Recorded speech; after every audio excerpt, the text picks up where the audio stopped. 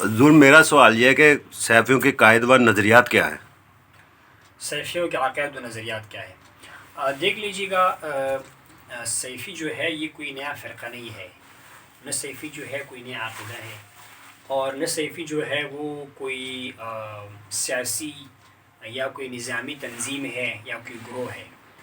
یہ وہی روحانیت کا سلسلہ ہے، وہی تصوف کا سلسلہ ہے، جس کو اللہ تبارک و تعالیٰ مخلوق کی رشد و ہدایت کا ذریعہ بناتی ہے۔ آپ کو پتہ ہوگا اللہ کے نبی صرف پڑھانے کے نہیں آئے، تعلیم کتابت کے نہیں آئے، بلکہ آپ کا ایک کام تزکیہ تھا، لوگوں کو پاک کرنا تھا، صاف کرنا تھا، نفس کا تزکیہ کرنا تھا، قلب کا تصفیہ کرنا تھا، علم باطن احسان سکھانا تھا۔ یہ سلسلہ چلتا ہوا آ رہا ہے۔ تابعین کے اندر جناب علی شیر خدا کی طرف سے نسبت ہے، جناب حسن بصری رحمہ اللہ، اور اس سے آگے پر چلتا ہوا۔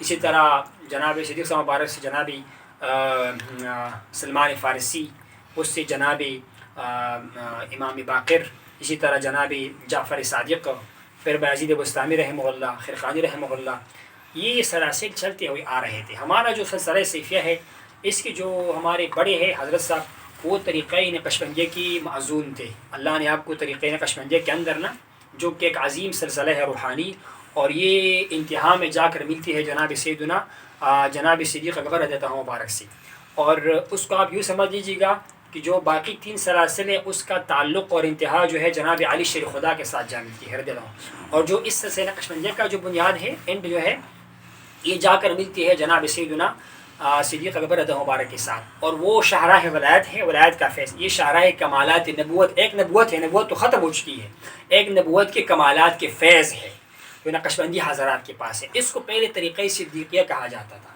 طریقہ صدیقیہ تھا، کہ جب جناب بایزید بستامی رحمہ اللہ کے طرف یہ نسبت آ گئی تو اس کو طیفوریہ کہا جانے لگا۔ پھر جب ہمارے بخارا کے حضرات کی طرف آ گئی، اس سے پہلے خواجہ عبدالخالق غزنوی رحمہ اللہ کی طرف، تو اس کو سلسلہ غزنویہ کہا جاتا تھا۔ پھر جناب شاہ رحمان کی طرف جب یہ نسبت آ گئی، آج سے تقریباً 700 سال پہلے گزر چکے، اللہ کے ولی ہے، بخارا کا بہت بڑا نام ہے وہ، تو اس کی نسبت سے سلسلے کا نام جو ہے سلسلہ نقشبندیہ پڑ گیا۔ اور ان کا مین کام کیا تھا کہ اس میں ذات اللہ کے نام کا ذکر وہ قلب میں کراتے ہیں، اس سے قلب کو زندگی نصیب ہوتی ہے، اور آٹومیٹکلی چونکہ دل، قلب انسان کے جسم کے باڈی کی بادشاہ ہے، کنگ ہے، حدیث مبارکہ میں ہے، اس سے پوری بدن میں تبدیلی آ جاتے ہیں۔ تو ان لوگوں نے فوکس کیا اللہ کے تمام اسماء و صفات میں بہترین نام کیا ہے، اس میں ذات اللہ کا نام ہے، اور اس کا ذکر جو ہے نا توجہ کے ساتھ اور رابطے کے ساتھ وہ قلب پہ کرتے ہیں، اس سے پوری بدن میں جو ہے انقلاب آ جاتا ہے، باطن میں انقلاب آ جاتا ہے۔ تو سلسلے کا نام کیا پڑ گیا؟ نقشبندیہ پڑ گیا۔ اس کے بعد ہندوستان کے اندر آج سے 400 سال پہلے اللہ نے ایک ہستی کو مبعوث کیا جس نے انقلاب برپا کر دیا ہندوستان کے اندر، اور ہندوستان آپ کو پتہ ہے کہ یہ اکبر بادشاہ کے دور میں معاملات بہت خراب ہو چکے تھے، بڑا ظلم شروع ہوا، بڑی بہائی شروع ہو گئی، ہندو کے ساتھ اختلاط ہوا، شرکیات شروع ہو گئی، بدعات شروع ہو گئی۔ تو اللہ نے آپ مجسہ مبارک کو، جس کا نام امام ربانی شیخ احمد سہندی رحمہ اللہ ہے، اپنا نام شیخ احمد ہے لیکن آپ کی جو پہچان ہے امام ربانی کے ساتھ اور مجدد الفیض ثانی کے ساتھ پڑ گیا، اس کو اللہ نے منتخب فرمایا۔ ان کے مکاتیب یہاں موجود ہے، علوم معارف کا ایک جو ہے وہ لامتناہی سمندر ہے، اور اللہ نے آپ کو یہ شان دیا تھا کہ آپ کی دم خم سے برکت سے انقلاب آیا ہندوستان میں، روحانی انقلاب، ایک عظیم انقلاب ہے، بندہ غور سے پڑھے نا، ورنہ ہمارے یہاں اسلام کا نام ہی ختم ہو جانا تھا۔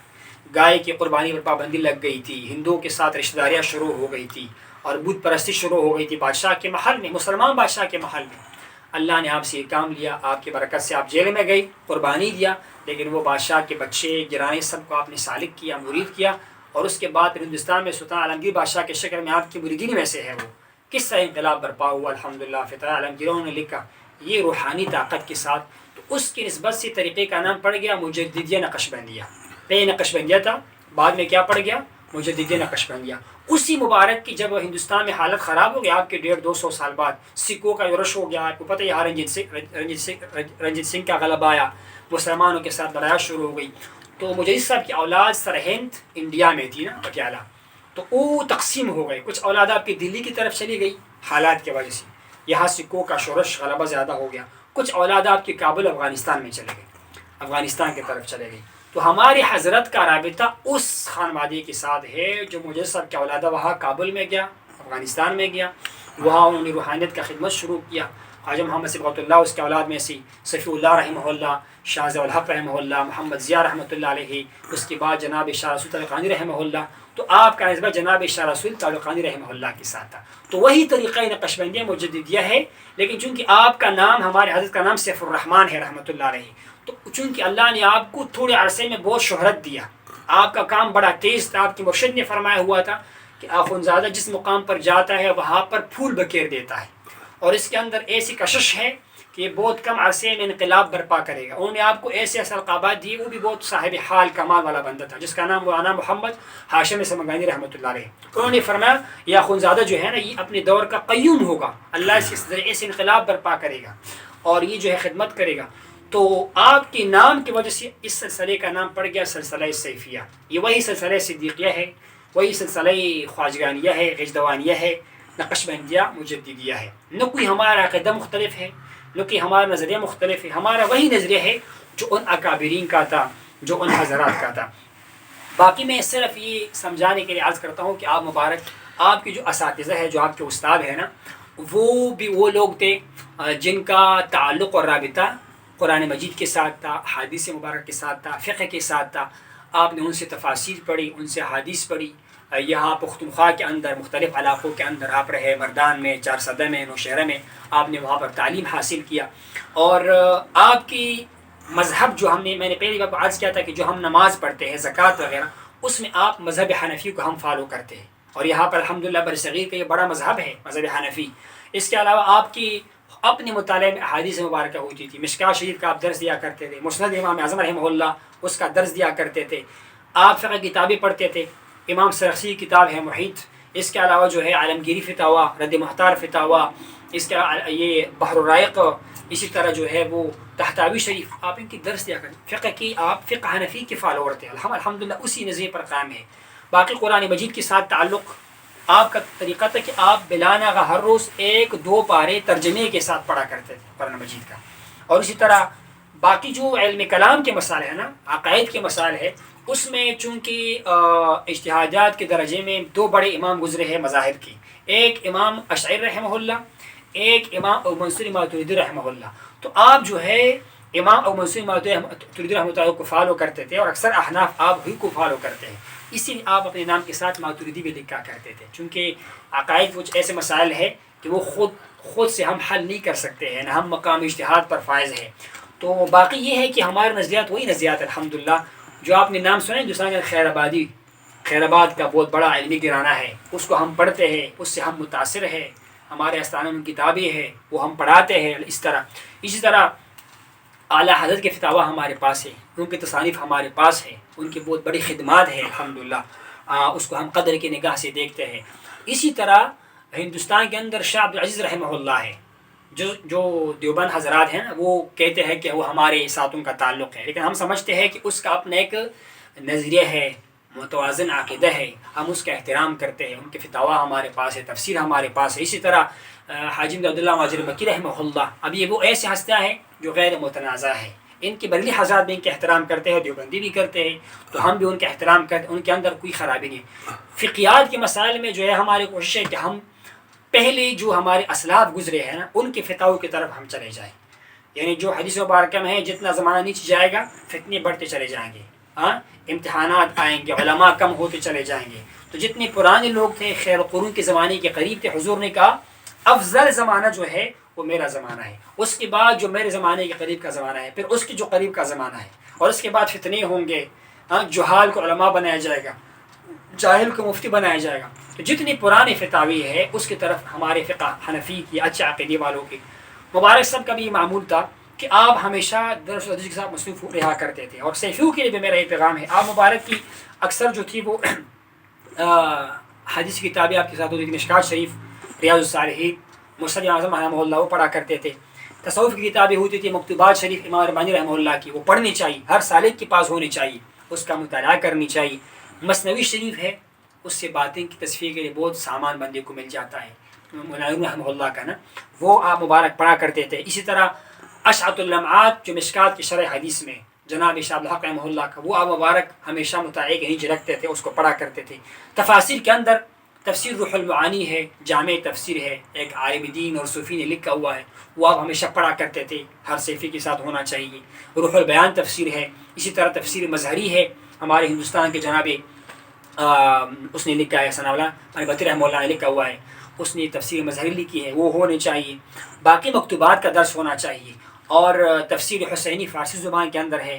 اسی طرح یہ وہ کتابیں ہیں جو آپ پڑھا کرتے تھے، اور ہر سالک کو صحیفوں کو بھی پڑھنا چاہیے۔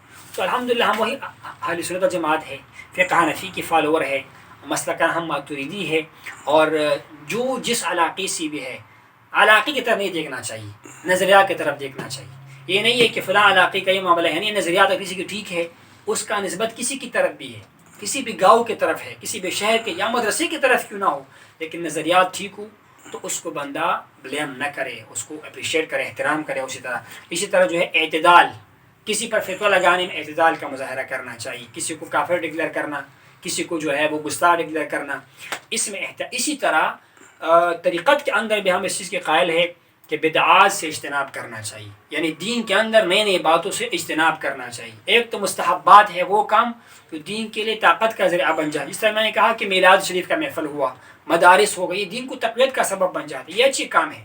اس سے ہٹ کر دینی معاملات میں بدعات سے اجتناب کرنا چاہیے، افراط، بہت زیادہ پیش قدمی سے جو ہے نا خود سے مسائل کر لینے میں اجتناب کرنا چاہیے، اور تفرید بھی اسی طرح، یعنی حلال کو حرام نہیں کہنا چاہیے، مستحب کام کو بدعت نہیں کہنا چاہیے۔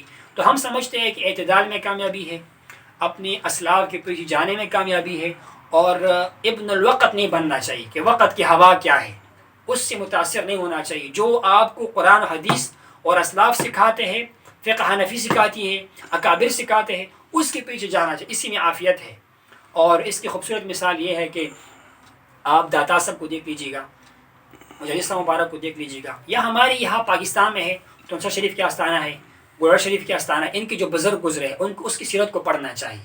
معتدل لوگ تھے، شریعت ایک ہاتھ میں ہے، طریقت دوسرے ہاتھ میں ہے، ایک ہاتھ میں قرآن حدیث ہے، دوسرے میں تصوف اور طریقت ہے۔ تو الحمدللہ دنیا کو رنگ لگا گئی، دنیا کو چاندی لگا گئی، جتنا خدمت ان لوگوں نے کیا۔ اب بھی میں یہ کہتا ہوں، مبارک رحمہ اللہ نے جو ہے لاکھوں لوگ فساق فجار آئے، بددین لوگ آئے، بدعقیدہ لوگ آئے، اور آپ کی تعلیمات و صحبت سے وہ آراستہ ہو گئی، وہ دین کے راستے پر گامزن ہو گئی، ان کے اندر انقلاب آ گیا۔ تو الحمدللہ ہم مسلمان ہیں، عقیدتاً سنی ہے، مذہب جو ہے ہمارے امام سے مبارک ہے، اور اس میں مین چیز کیا ہے؟ صحابہ کرام کے ساتھ محبت کرو اور اہل بیت کے ساتھ محبت کرو، لیکن صحابہ کرام کا بھی ادب کرنا ہے، اور حضور کے خانوادے اہل بیت کی بھی ادب کرنا ہے، یہ دونوں لازم ملزوم ہے۔ اور ان کا مثال وہی ہے، صحابہ کرام کا مثال تاروں کی طرح ہے، آپ کی ہدایت کا سامان ہے، اور اہل بیت کی محبت اور تعلق یہ کشتی کی طرح ہے، آپ ڈوبنے سے بچ جاؤ گے۔ کشتی نہیں ہوگی تب بھی آپ نہیں جا سکتے ہیں، اگر نشاندہی نہیں ہوگی، راستے میں تارے نہیں ہوں گے، پہچان نہیں ہوگا، تو اب تک بھی آپ منزل تک نہیں پہنچ سکتے ہیں۔ تو ان دونوں کو ہاتھ میں لے کر ان سے محبت کرنا، اور جو 4 خلفاء راشدین ہیں ان کے ساتھ محبت کرنا، اور ان کی افضلیت پر اجماع ہے۔ سب سے بڑا مقام جناب استقبال مبارک کا ہے، عمر فاروق مبارک کا ہے، پھر عثمان غنی مبارک کا ہے، پھر جناب سیدنا علی شیر خدا مبارک کا ہے۔ یہ تمام صحابہ کرام میں افضل ہستیاں ہیں، اور اس کے بعد پھر عشرہ مبشرہ ہے، اور اسی طرح جو ہے وہ بدر والے صحابہ ہے، احد والے صحابہ کرام، ان سے محبت کرنا، یہی ہمارا نظریہ ہے۔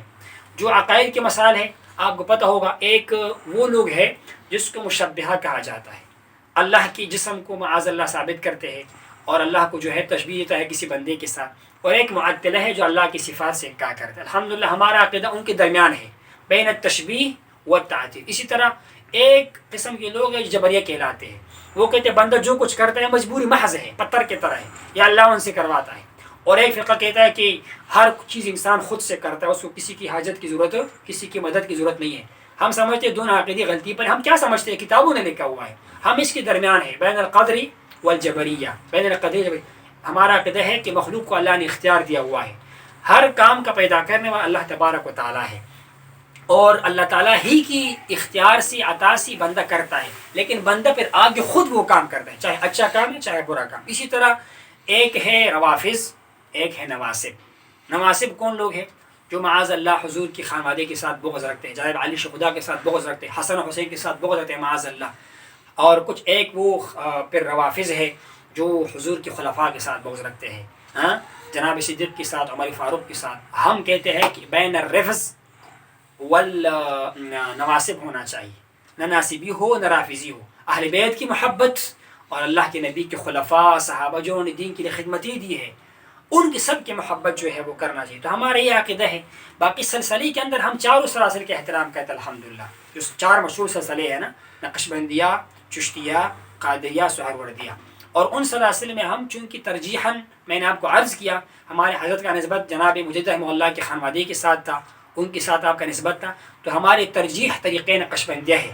اس میں ایسے کمالات ہیں جو کم وقت میں بندے کو بہت زیادہ عروج عطا کر دیتا ہے، اس کے باطن کا تصفیہ ہوتا ہے، اور یہ بہت سرعت کے ساتھ سالک کو جو ہے نا باطن کے مراحل سے گزار لیتا ہے. لیکن ہمارے ہاتھ باقی 3 سلاسل بھی ہے، چشتیہ بھی ہے، قادریہ بھی ہے، سہروردیہ بھی ہے. ان کے اسباق دی جاتے ہیں. ان کے بزرگوں کے لیے ہمارے یہاں ہر نماز عصر کے بعد ختم خواجگان ہوتی ہے، ایصال ثواب کی جاتی ہے.